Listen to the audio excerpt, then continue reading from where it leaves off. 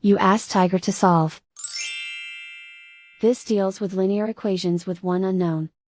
The final result is x equals -4. Let's solve it step by step. Simplify the expression. Expand the parentheses. Simplify the arithmetic. Group like terms. Multiply the coefficients. Group like terms. Combine like terms.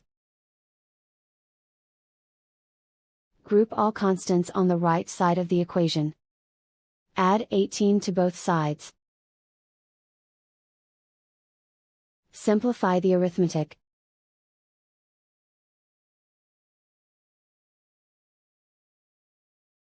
Isolate the x. Divide both sides by -8. Cancel out the negatives. Simplify the fraction. Move the negative sign from the denominator to the numerator.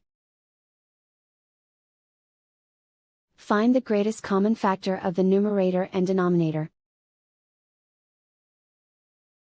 Factor out and cancel the greatest common factor.